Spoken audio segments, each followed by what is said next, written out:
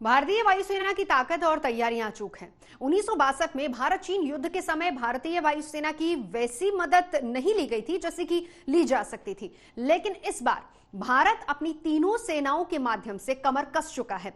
चीन के साथ मौजूदा परिस्थिति में भारत ने कैसे अपनी तैयारी की है, इस पर यह रिपोर्ट देखिए।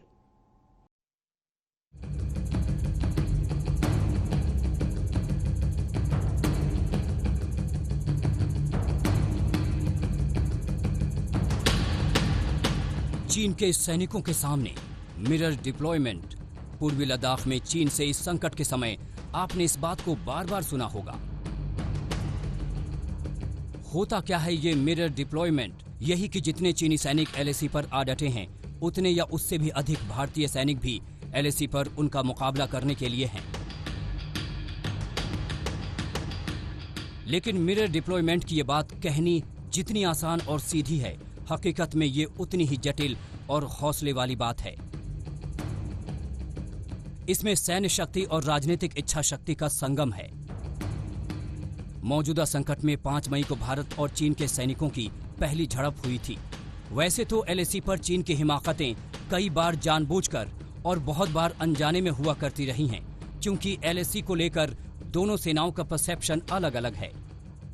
5 मई और उसके बाद की झड़पों के बाद शुरुआत में सेना के कमांडिंग अफसर स्थानीय स्तर पर मामले को सुलझाने की कोशिश करते रहे, लेकिन बीतते दिनों के साथ जब यह साफ हो गया कि चीन से यह विवाद स्थानीय नहीं है और चीन का इरादा खतरनाक है, तो भारत ने परिस्थिति के मुताबिक मोर्चा संभाला। 22 मई को सेना प्रमुख जनरल MM नरवणे लेह में सेना की 14वीं कोर के हेडक्वार्टर पहुंचे।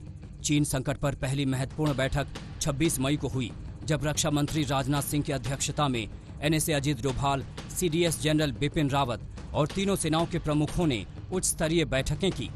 26 मई को ही PMO में हुई बैठक में प्रधानमंत्री नरेंद्र मोदी को हालात की जानकारी दी गई। इन बैठकों में भारत जहां पूर्वी लद्दाख के तनातनी वाले इलाकों में चीन के दबाव में न आने की रणनीति बना चुका था, तो वहीं चीन के साथ बातचीत से मामले को सुलझाने की कोशिशें भी कर रहा था।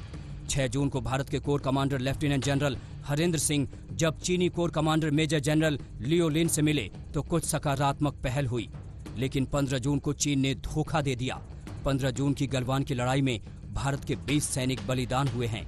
चीन को भी भारी चोट लगी है, लेकिन वो अपने सैनिकों का सम्मान करना भी भूल गया है। तो इधर भारत अपने बलिदानी सैनिकों को नमन भी कर रहा है और ड्यूटी पर तैनात सैनिकों का हौसला भी बढ़ा रहा है। पहले जनरल MM नरवणे 23 और 24 जून को लेह पहुंचे और सैन्य तैयारियां परखीं, गलवान के वीरों से मिले और फिर 3 जुलाई को प्रधानमंत्री नरेंद्र मोदी लद्दाख दौरे पर पहुंच गए।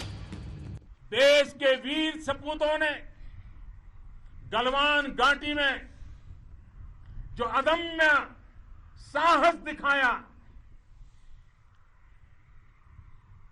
वो पराक्रम की पराकाष्ठा है। देश को आप पर गर्व है, आप पर नाज है। वैसे तो चीन के साथ कूटनीतिक और सैन्य संपर्क के रास्ते अभी भी खुले हैं, लेकिन भारत ने चीन को दंड देना शुरू कर दिया है। आर्थिक दंड के तहत डिजिटल से लेकर हाईवे और रेलवे से लेकर पावर सेक्टर तक चीन के खिलाफ फैसले लिए जा चुके हैं।